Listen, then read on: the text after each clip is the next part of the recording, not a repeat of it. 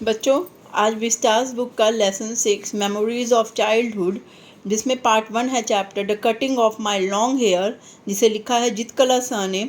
इनके question answer, short question answers चलिए देखते हैं। तो क्वेश्चन 1 है, why did Zitkala Sa feels herself securely tight. Zitkala Sa अपने आप को हॉस्टल में स्वयं को बंधा हुआ महसूस क्यों किया। What was the environment there, और वहाँ का जो माहौल था, जो सराउंडिंग थी हॉस्टल की, वो कैसी थी। आंसर है, जितकला felt herself securely tied because the loud metallic voice crashing through the belfry overhead into her ears। जितकला अपने आप को जो है ना बहुत बंधा हुआ महसूस करती हैं, क्योंकि जो बहुत तेज़ से धातु की आवाज़ जो होती है, बेलफ्राई मतलब जो घंटी की आवाज़ होती है, जो घंटी के धातु की आवाज़ होती है, वो उनके कानों को जो है हमेशा से बेध देते हैं। उनके कानों में एक पेन जो है होता है उनसे सुन के। The constant clash of harsh noise with an undercurrent of many voices murmuring. तो लगातार जो है उनके रूम के आसपास जो थे हार्श नॉइज़, बहुत ही कठोर सी जो है आवाज़ें जो है सुनाई दे रही थी, और उसके नीचे कई सारी वॉइसेस मर्मरिंग मतलब बुझ करने की, बुदबुदाने की आवाज़ आ रही थी। ऑथर हमारी कह रही हैं कि बहुत ही फुसफुसाने की आवाज़ आ रही थी, क्योंकि कई सारे बच्चे जो थे हॉस्टल में आए थे, और वो हॉस्टल के जब आए थे तो वो अपने साथ जो थे वो अपनी लैंग्वेज, नेटिव लैंग्वेज में जो थे बातें कर रहे थे आपस में एक दूसरे से, इसलिए जो उनकी वॉइसेस थी वो हमारी जितकला शायद समझ नहीं पा रही हैं थी, इसलिए उन्होंने कहा वॉइसेस मर्मरिंग, कई सारी आवाज़ आ रही थी बड़ बोलने की।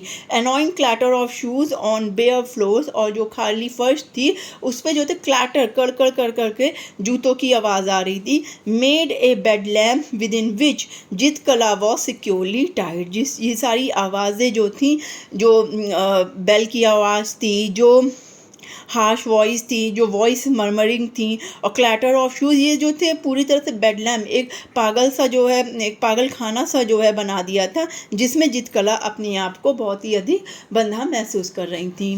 The environment was there, it was the land of apple was a bitter cold one. अब जो वहाँ का जो था एनवायरनमेंट था, जो सराउंडिंग थी, क्योंकि America was the land of Apple कहा जाता है, तो वहाँ पे बहुत ही बिटर कोल्ड, बहुत ही अधिक ठंड थी। For the snow still covered the ground and the trees were bare, और बर्फ़ इतनी ज़्यादा थी कि ज़मीन पे भी बर्फ़ बिखरी पड़ी हुई थी, और पेड़ में भी जो थे, पेड़ भी पूरी तरह से खाली पड़े थे। खाली इन द सेंस कि ना उसमें फ्रूट्स थे, ना लीफ थी, ना ब्रांचेस थे, तो कुछ नहीं था, एक सूखा सा पेड़ जो था ठंड में पड़ा हुआ था। तो वहाँ पे इतनी अधिक ठंड पड़ रही थी। क्वेश्चन 2 देखते हैं। हाउवर, क्वेश्चन 2 हमारा ये कह रहा है कि however the Indians girls there and what did they feel, कि वहाँ पे कौन सी इंडियन गर्ल्स थी और कैसे थी, और व्हाट डिड दे फील, वो क्या महसूस कर रही थी। The Indian girls was there in stiff shoes, stiff shoes मतलब उसने बहुत ही टाइट शूज़ जो हैं उन्होंने पहन रखे थे, and closely clinging dresses. Closely clinging का मतलब होता है बहुत ही टाइट, इनडिसेंट से कपड़े जो है पहन रखे थे। The small girls wore sleeved aprons and shingled hair, जो छोटी लड़कियां थीं उनको जो थे एप्रन्स, मतलब एप्रन्स क्या होती है, आगे की ओर जो एक फ्रॉक होती है वो पहना जाता है, जिसकी बेल्ट पीछे को होती है, एक एप्रन्स पहन रखा था, और उनके बाल भी कटे हुए थे। They felt that they were looking immodest in their tightly fitting clothes, कि उन्होंने महसूस किया कि उन्होंने जो टाइट फिटिंग वाले क्लोथ्स पहन रखे हैं उनमें वे बहुत ही इमोडेस्ट जो है, इमोडेस्ट मतलब बहुत ही इनडिसेंट सी, बेकार सी दिखाई दे रही हैं, मतलब कि वो अपने आप को शर्म महसूस कर रही थी। Question number 3, who was the pale fail women, what was she doing. Pail face women कौन थी। हॉस्टल में एक पेल फेस वुमेन भी थी, वो कौन थी। पेल फेस का मतलब होता है पीले चेहरे वाली औरत, वो कौन थी, and what was she doing, और वो क्या कर रही थी। A pale face woman with white hair was belong to the school authorities, तो वो पीले चेहरे वाली जिसके बाल जो थे सफ़ेद थे, वो स्कूल की अथॉरिटीज़ थी, मतलब वॉज बिलोंग टू, वो स्कूल की अथॉरिटी से ही संबंधित थी। And she keenly watch the activity of जित जितकला इन द डाइनिंग रूम। और वो जितकला की सारी एक्टिविटी जो है जितकला डाइनिंग रूम में कर रही थी, और उसके बाद जो है आफ्टर जो है वो लंच के बाद जो एक्टिविटी करती हैं, वो जितकला की सारी एक्टिविटी को बहुत ही क्लोजली जो थी वॉच कर रही थी कि वो क्या कर रही हैं। Question 4, who was Judewin? Judewin कौन थी and what did she tell Zitkala Sa? और उसने जितकला शाह को क्या बताया? Judewin was the friend of Zitkala Sa. Judewin जो थी जितकला शाह की दोस्त थी। She had overheard the pale face woman. उसने क्या करा था जेडविन ने? उसने पेल फेस वुमेन की बातों को सुन लिया था जब वो किसी से कुछ बोल रही थी। She women talking about cutting our long heavy hair. वो क्या बातें सुन ली कि जो है उनके जेडविन के और जितकला शाह के जो लंबे भारी बाल हैं उनको कटवाने के बारे में वो सुन रही थी। She told Zitkala Sa about all these. उसने जितकला शाह को इन सब चीज़ों के बारे में बताया। And said we have to submit. और उन्होंने जितकला शाह से कहा कि नहीं, हमें जो है इस चीज़ में सरेंडर करना ही पड़ेगा, हम कुछ नहीं कर सकते स्कूल अथॉरिटी के सामने, हमें तो बाल कटवाने ही पड़ेंगे। बिकॉज दे आर स्ट्रॉन्ग, क्योंकि वे बहुत ही पावरफुल हैं। तो जितकला जेडविन ने जितकला शाह को बता दिया था कि जो पेल फेस वुमेन स्कूल अथॉरिटी है वो हमारे हैवी हेयर को कटवाने की सोच रहा है। अब क्वेश्चन नंबर 5 देखते हैं। What did Zitkala Sa's mother tell about the cutting of hair? Zitkala Sa की जो मम्मी थी उन्होंने उनको बालों की कटिंग के बारे में, मतलब कि जो बाल होते जब उनको कटवाया जाता तो उससे संबंधित उन्होंने उसे क्या बात बताई? Zitkala Sa's mother had told about the cutting of hair that unskilled warriors who were captured had lost their hair shingled by the enemy. Zitkala Sa की मम्मी बताती हैं कि जो जो जो सोल्जर्स होते हैं, अनस्किल्ड वॉरियर, जिनको युद्ध में ठीक से लड़ना नहीं आता, निपुण नहीं होते अपने काम में, वो जो पकड़ लिए जाते हैं शत्रु के द्वारा, उनके बाल जो है शत्रु जो होते हैं उनके एनिमीज़ जो होते हैं वो छोटे छोटे कट कर देते हैं। People short hair who was worn by mourners. Mourners मतलब होते हैं शोक। अब जिसके घर में अगर कुछ शोक जैसी चीज़ें हो जाती है तो वो भी अपने हेयर छोटे करा देते हैं। एंड सिंगल हेयर बाय कॉवर्स, तो जो डरपोक लोग होते हैं उनके भी बाल जो है छोटे करवा दिए जाते हैं। तो जितकला शाह की मम्मी ने ये 3 चीज़ें बताई कि भाई कोई अनस्किल्ड वॉरियर है जो वॉर में कैप्चर हो जाता है तो उनके एनिमीज़ क्या करते हैं, एनिमीज़ जो हैं उनके बाल छोटे करा देते हैं, या कोई मर्नर या कोई थोक चीज़ या शोक जैसे भरी चीज़ होती है तो उसमें भी बाल छोटे करा दिए जाते हैं। और नेक्स्ट वो बोलते हैं जो कॉवर्ड्स होते हैं वे भी जो हैं उनके भी बाल छोटे करा दिए जाते हैं। क्वेश्चन नंबर 6 देखते हैं। Where did Zitkala Sa reach to escape from hair cutting? तो कहाँ जितकला शाह जो है जाती हैं अपने को बाल काटने से बचाने के लिए? तो जितकला शाह कहाँ जाती हैं अपने को बाल कटवाने से बचाने के लिए? देखते हैं। She escape quietly upstair and entered into a dim large room. तो वो अपने आप को चुपचाप जो है सीढ़ियों से ऊपर की ओर चढ़ती हैं और एक अंधेरे से भरा हुआ एक बड़ा सा कमरा है, duly covered with green curtain, जो हरे रंग के कर्टेन से, ग्रीन यहाँ पे थोड़ा सा जगह कम थी तो लेकिन ये है ग्रीन हरा कर्टेन्स, हरे रंग के कर्टेन से जो कमरा पूरी तरह से ढका हुआ है और अंधेरे से भरा हुआ है, तो वहाँ पे वो चली जाती हैं। She crawl under the bed, वो धीरे धीरे रेंगते हुए बेड के नीचे जाती हैं। And hid herself in the dark corner, और अपने आप को एक बेड के नीचे एक अंधेरे कोने में अपने आप को छिपा लेती हैं। क्वेश्चन नंबर 7 है। Why was Zitkala feel uncomfortable at the dining room?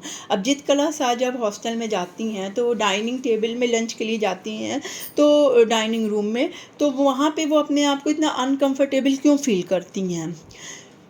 As she was new in the school, जैसा कि वो स्कूल में नई थी, she could not adjust with the Indian girls, तो वो अपने आप को स्कूल के एटमॉस्फेयर में उन इंडियन गर्ल्स के साथ एडजस्ट नहीं कर पा रही थी। In stiff shoes closely clinging dress, single hair, she does not know the formula of eating and her blanket had been stripped from her shoulders.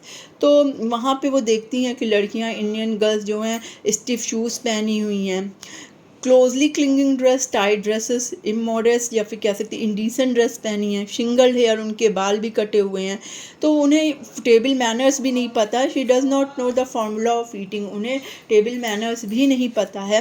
और उसी टाइम क्या होता है, जो ब्लैंकेट वो ओढ़ी रहती हैं वो स्ट्रिप्ड हो जाता है, गिर जाता है उनके शोल्डर से, तो इसलिए वो डाइनिंग रूम में बहुत अनकम्फर्टेबल हो जाती हैं।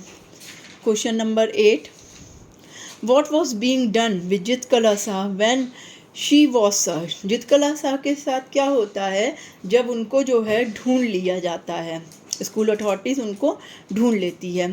When Zitkala Sa was searched, she was dragged out under the bed. और जब जितकला शाह को जो है ढूंढ लिया जाता है उसको उस अंधेरे भरे कमरे में, तो उनको जो है खींच के बिस्तर से, बेड से बाहर निकाला जाता है। Though she resisted by kicking and scratching widely, हालांकि वो जो हैं बहुत ही रेजिस्ट करती हैं, बहुत ही एक्टिव अटैक करती हैं और किक करती हैं, पैर चलाती हैं, स्क्रैच करती हैं, नखून मारती हैं।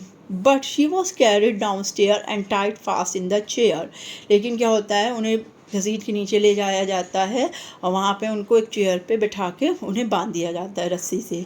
And no of one of her thick braids, braids मतलब हेयर, थिक का मतलब लॉन्ग हैवी हेयर, ब्रेड्स मतलब हेयर, नो ऑफ का मतलब होता है कट ऑफ, कट ऑफ मतलब उनके जो लॉन्ग थिक हैवी हेयर रहते हैं उनको नो ऑफ कर दिया जाता है, उनको काटवा दिया जाता है। तो यहाँ पे नो, GNAW में जी साइलेंट है, इसलिए NAW से इसे प्रोनाउंसिएशन करेंगे।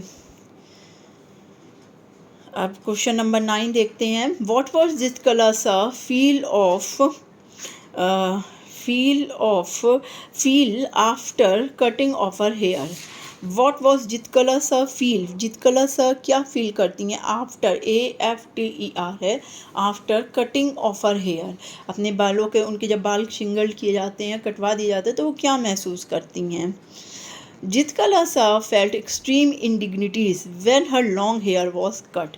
जितकला शाह ना बहुत अधिक बेइज्जती महसूस करती हैं, अपमान, इंसल्ट महसूस करती हैं जब उनके लॉन्ग हेयर कट कर दिए जाते हैं। शी लॉस्ट हर स्पिरिट, वो अपनी स्पिरिट, अपनी जो शक्ति आत्मा रहती खो देती हैं। And felt has helpless as a puppet, और एक पपेट की भांति जो है अपने को असहाय महसूस करती हैं, जैसे एक पपेट को जैसे चलाया जाता है वैसे ही चलता है, तो वो वैसे ही अपने को फील करती हैं। She got the feeling of being an animals driven bye a herders, उनको एक भावना आती है कि वो एक जानवर की तरह हो गई हैं, जिनको जो है हर्डर्स होते हैं वो लोग जो कैटल्स, मवेशी जो होते हैं कैटल्स को चलाते हैं, जहाँ ले जाएं हकाते हैं, चलाते हैं, तो वो अपने आप को जानवर समझने लगती हैं वहाँ पर। अब इसका लास्ट क्वेश्चन देख लेते हैं। What special way of dining did Zitkala Sa find there? तो एक क्या स्पेशल टेबल मैनर रहता है हॉस्टल का जिसे जितकला शाह जो है वहाँ पर पाती हैं, देखती हैं। Zitkala Sa found a special way of dining there, Zitkala Sa जो है एक स्पेशल तरीका जो है डाइनिंग मैनर का जो है पाती हैं वहाँ पर। When a small bell was trapped, जब एक छोटी बेल बजती है, every draw a chair from under the table, तो एवरी यहाँ पे एवरीवन, ठीक है, आप ONE1 कर लीजिए। Everyone draw a chair from under the table, हर कोई जो है टेबल पे से एक चेयर निकालता है। एंड स्टैंडिंग बिहाइंड इट, और उसके चेयर के पीछे खड़ा हो जाता है। देन ए सेकेंड बेल साउंडेड, तब एक सेकेंड बेल बजती है। एंड ऑल वर सीटेड, तब सब लोग जो हैं पे बैठ जाते हैं चेयर पर। And when a third bell were stabbed, और जब तीसरी बेल जो है बजती है, everyone pick up his knife and fork and begin to eating, तो हर कोई जो है अपने चाकू छुरी ले लेता है, तब खाना जो है स्टार्ट करता है। तो Zitkala found a hard formula of eating in her first day, तो जितकला अपने हॉस्टल में जो है पहले ही दिन में खाना खाने का बहुत ही कठिन जो है वो फार्मूला पाती हैं कि आप देख लिए कैसे फर्स्ट बेल बज रही है, सेकंड बेल बजती है, थर्ड बेल पे तो खाना खाना है। तो ये आपके 10 क्वेश्चन आंसर्स हैं मेमोरीज ऑफ चाइल्डहुड पार्ट 1 के। तो आप इसे कॉपी पे लिखिएगा और इसे लर्न करना स्टार्ट कर दीजिए।